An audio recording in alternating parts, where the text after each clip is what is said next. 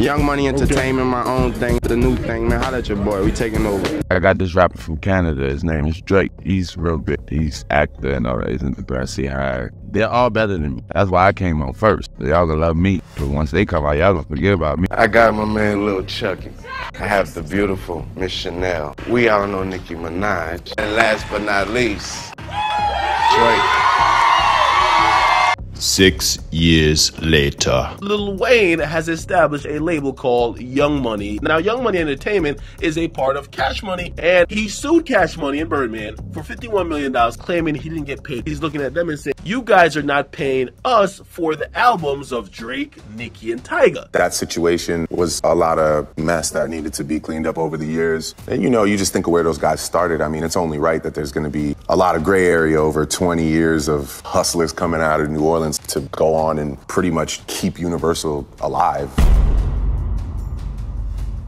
If you know anything about hip-hop, then you know that Young Money is probably the biggest record label of all time. Lil Wayne was at the height of his career when he started the label. He was the last rapper to sell 1 million copies in the first week with his album The Carter 3, and instead of prioritizing his own megastardom, he stepped back from the spotlight and introduced the world to the biggest rappers today, like Drake, Nicki Minaj, and Tyga.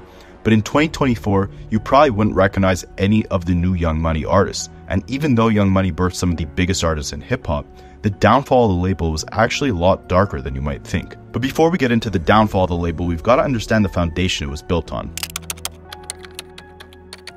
In 2005, nearly all of the original Cash Money members had left the label due to money issues. The last man standing was Lil Wayne, who was discovered by Birdman and signed to Cash Money in the early 90s at the young age of 12 years old. By 2005, Wayne was on his way to becoming the biggest rapper in the world, and this is when he created Young Money. The profits of Young Money were split 49% going to Lil Wayne and 51% going to Birdman and Cash Money. Young Money was a company under Cash Money Records, with Cash Money owning 51% of the profits that Young Money generated. The first artists signed to Young Money were Currency, Boo, Mac Main, and Gutta Gutta. From the original Young Money roster, the only rapper who's still somewhat active is Currency. However, his time at the label was not long. He left shortly after signing, and he only dropped a couple songs on Young Money. When he was asked why he left Lil Wayne's label, Currency said, "If I got to Young Money later on, it might have went a different way. But when I was there, I was like, alright, Wayne's trying to make sure he's remembered as the best rapper alive. That does not entail making sure that my music gets where it needs to get to right now, even though he loves me to death." This is the case with a lot of artists in the industry, right? They sign young and take the first deal that's thrown at them, even if it's not the best. However, before Young Money even started, this seemed to be the case with almost every single artist that was signed to Cash Money. Wayne was the only original Cash Money artist left. The founders of Cash Money, Birdman and his brother Slim, signed a distribution deal with Universal Records where they keep 85% of the royalties from all of their music sales. This was unheard of at the time. It meant that Cash Money kept basically all of their artists' profits, and Birdman was then responsible for paying each artist what they were owed from their music. This led to many Cash Money artists signing contracts where they barely saw any profits from their music. The whole label, Juvenile, BG, Turk, their main producer Manny Fresh, they all left Cash Money, and they all had similar reasons for leaving. It was essentially due to Birdman's shady business dealings and his inability to pay artists what they're owed. In the late 90s, Juvenile was the biggest artist on the Cash Money label, and he ended up leaving the label at the height of his career. When he left, he said, "My reason to leave Cash Money is the same reason most artists leave a label. Money. I'm working like a slave and I'm getting nothing, so I get an entertainment lawyer and found out Cash Money weren't who they said they were with me." Manny Fresh also said he left the label because of money. And Turk, who was part of the Hot Boys group with Lil Wayne, sued Cash Money for $1.3 million in 2015 for money he was owed from his music. But that was the past, and it didn't really matter because Cash Money still had their biggest superstar, Lil Wayne. Wayne actually tried leaving the label to sign with Jay-Z in 2005. I'm a Def Jam mode this night, man. Next time you see me, I'm gonna be with the boy Jay-Z, you understand me? But him and Jay-Z never ended up forming a partnership. I was hollering at Ho. The conversation was about me joining Def Jam or the Rockefeller team or whatever. We didn't agree on certain things or whatever the situation was, it didn't work out. And I'm here where I am, but it's all love. Instead, Wayne renegotiated his contract with Birdman and Cash Money, and in the same year, they created Young Money. So from 2005 to 2007, most of the original Young Money members had very little success on the label, and they quickly left, as Wayne's priority was to become the best rapper alive. His popularity grew massively in 2007, and he was constantly being pitched artists who wanted to sign to Young Money. According to Jay Mills, who was one of Young Money's first members, Wayne wasn't actively hunting to sign the next Drake or Nicki Minaj. He was focused on the music, not the business. When asked about Young Money, Jay Mills said, Wayne never really wanted all of us to be like, quote-unquote, signed to Young Money. He wanted us to be Young Money, a group, and we do some Wu-Tang stuff and all get deals. I know this sounds crazy, but he never really wanted us all to be signed to him. He wanted to give us a platform and we go rep Young Money and get deals everywhere, but we're still like this conglomerate. Omarion, another original member of Young Money, had similar thoughts. He said, so I signed my deal with Young Money. I was supposed to get my advance. And basically, within that time, my check didn't come, and that raised a lot of questions for me, like what type of business was being done. He went on to say, Wayne wasn't like a boss. He was an artist. So now you have Wayne, who's the biggest rapper in the world at the time, and one of the only rappers still signed to the shady Cash Money label. He decides to start his own label under Cash Money. At the time, most of Young Money's artists had no real buzz, so standing next to the biggest rapper in the world was a big look for them. Making great music with the biggest rapper in the game was the main priority. But as a result, the finances and business side of things took a back seat, and they weren't the biggest focus at the label. Now, the first artist off Young Money who had hits on the charts wasn't actually Drake or Nicki Minaj. It was Tyga. Tyga met Wayne at the 2008 VMA award show and signed to Young Money shortly after. Before signing, he already had an album on the charts and a hit song called Coconut Juice. Even though he started off as the most successful artist on the label, he quickly got overshadowed by the success of Nicki and Drake, but we'll touch on that a bit later. After signing to Young Money, it took Tyga 3 years to drop his first album on the label. In 2012, it finally came out, and it actually performed pretty well, selling 68,000 copies in its first week and spawning the hits Rack City and Faded with Lil Wayne. A year later in 2013, he dropped his second album with Young Money. That album didn't perform as well, and it was pretty quiet for Tyga until the end of 2014 when he left a comment on Instagram saying, "The Gold album is done. My label's holding me hostage, so I can't release nothing.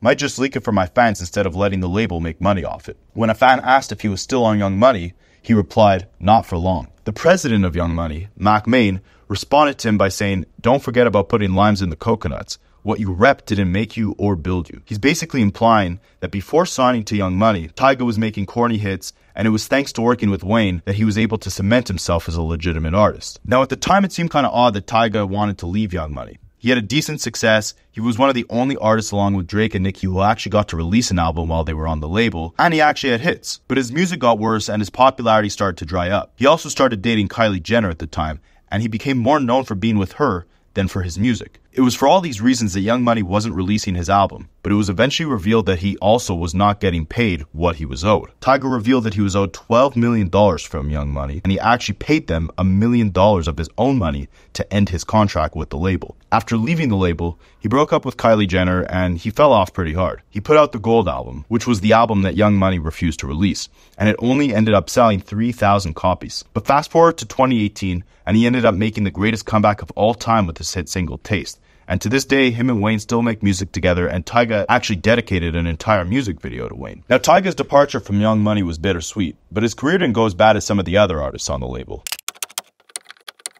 Around the time that Tyga signed to the label in 2008, Wayne was also introduced to Drake, Nicki Minaj, and most of the other members of the label. Aside from the shady business deals, it was Drake and Nicki Minaj's popularity that also played a massive role in the downfall of Young Money. I'll explain that later on in this video, but at the time of being signed, all the Young Money members besides Tyga were on the same playing field. They had no hits, very little buzz, no big albums out, and they were just lucky to be standing next to the best rapper alive. So Wayne signs about 10 artists to Young Money in 2008. In 2009, the group dropped the hit songs Bedrock and Every Girl, along with their group album titled We Are Young Money. Bedrock was the song that really put Nicki Minaj on the map, starting her monstrous feature run, no pun intended, where she ended up getting on the hit songs My Chick Bad by Ludacris, Bottoms Up by Trey Songz, Monster by Kanye, and many more. Drake also went on a crazy feature run after signing to Young Money, which led him to drop his classic mixtape So Far Gone. While this was the beginning of prosperous years for artists like Drake and Nicki, it was the beginning of the end for nearly every artist on the label. I mean, if you were following Young Money back in the day, you probably remember Gutta Gutta, T Streets, Corey Guns, J Mills, Chanel, and the two little kids, Twist and Lil Chucky, who must have been signed when Wayne was sipping some really strong on cough medicine. Now, unfortunately, none of these artists had much success with their careers at Young Money. Gutta Gutta, J Mills, T Streets, and Chanel had features on a lot of Wayne projects, but they never ended up dropping their own albums. This was probably because when you're standing next to a rapper as talented as Wayne, it's hard to stand out and make a name for yourself. But there were some really dope artists on Young Money who had a lot of potential, but they also never had an album released. For example, Corey Gunz was on the original version of A Milli by Lil Wayne, and he had a feature on Wayne's massive song, 6 Foot 7 Foot, which sold over 7 million records. He stood his ground, and you could argue that he rapped as well as Wayne did on those songs. But even with his talent, Corey was never able to put out his own album. In 2020, when Corey Gunz's dad was asked about his son signing to Young Money, he said, "It's bittersweet because I know how the industry could spit you up. One minute you'll be hot, then not be hot, and I never want my kids to go through that. I'd rather them have a steady income. Like for instance, where is Corey now? He's got 1 million songs, he's working,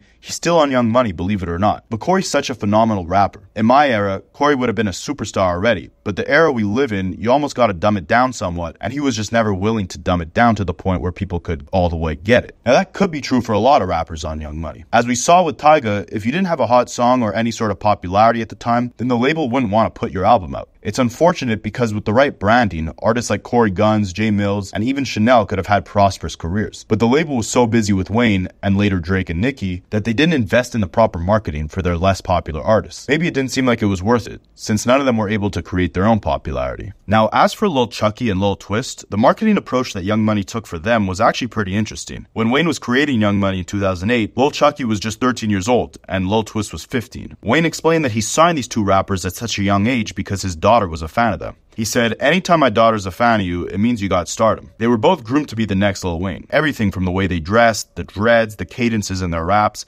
Wayne said himself that he was going to paint Lil Chucky as the new Lil Wayne. On paper, that sounds like a great idea, right? Let two young kids be mentored by the greatest rapper alive and try to turn them into the next version of that. But unlike Corey Gunz, they couldn't rap nearly as well as Lil Wayne. And unlike Drake, they couldn't make hits the same way Wayne's daughter maybe thought they could. Lil Chucky stayed on the label for about 5 years and eventually left without putting out a single album or song. In a 2014 interview with Sway in the Morning, when he was asked about his situation with Young Money, Lil Chucky rapped, "You've been hot and they know it, and still releases they hold it, always had music, labels just wasn't supporting. Guess signing that deal wasn't really all that after all the boasting." Basically stating that he always had the music, it was always there, but the label just never supported him, they always held back his music, never dropped his album. And after all the instant gratification and excitement that comes from signing to a guy as prolific as Wayne, actually being on his label probably wasn't what you thought it was when your albums and music just keeps getting delayed. Lil Twist, on the other hand, is actually still signed to Young Money, and he put out a couple singles with Lil Wayne and Busta Rhymes in the early 2010s, unlike Lil Chucky. At the time, he was good friends with Justin Bieber. Now, while Tyga became less known for his music on Young Money, and more known for his relationship with Kylie Jenner,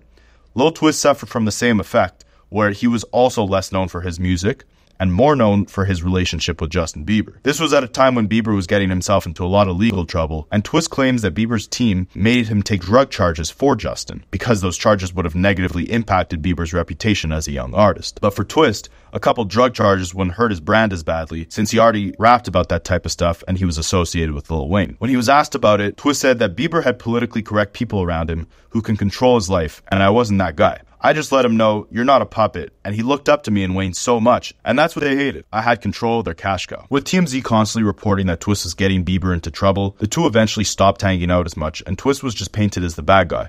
No one really cared about his music beyond his association and controversy with Lil Wayne and Justin Bieber. As for Drake, it was the absolute complete opposite. Aside from creating music that changed the course of hip-hop, blending R&B and rap in a way that's never been done before, Drake had an extremely clean reputation and people cared more about his music than his affiliation with Wayne or other big artists. According to Lil Twist, Drake met Lil Wayne at the A Milli video shoot, and he brought him a portfolio full of headshots from Degrassi, which was the TV show that Drake was on before he became a rapper. Twist said that from the beginning, Drake was professional and well put together. Wayne flipped through the portfolio that Drake brought him and immediately told his management team to sign Drake. Now, while it's definitely true that Drake has always been professional, the story of how Wayne signed him is different depending on who you ask. Jazz Prince Jr., the guy who initially found Drake on MySpace, claims that when he first showed Wayne Drake's music, Weezy said, "Jazz, don't ever play this for me again. He sucks." Jazz claims that later on he was in the car with Wayne and played him Drake's A Milli remix. Then he played him Drake's song Brand New. When Wayne heard that Drake can rap and sing, that was the moment he wanted to sign him. Wayne found Nicki in a similar way, as he heard her rapping on the Come Up DVD and immediately knew he wanted to sign her. Both Drake and Nicki blew up almost instantly. They dropped mixtapes in 2009, then they both went on insane feature runs where they were out rapping hip-hop vets like Kanye, Wayne, Bun B, Rick Ross, and more.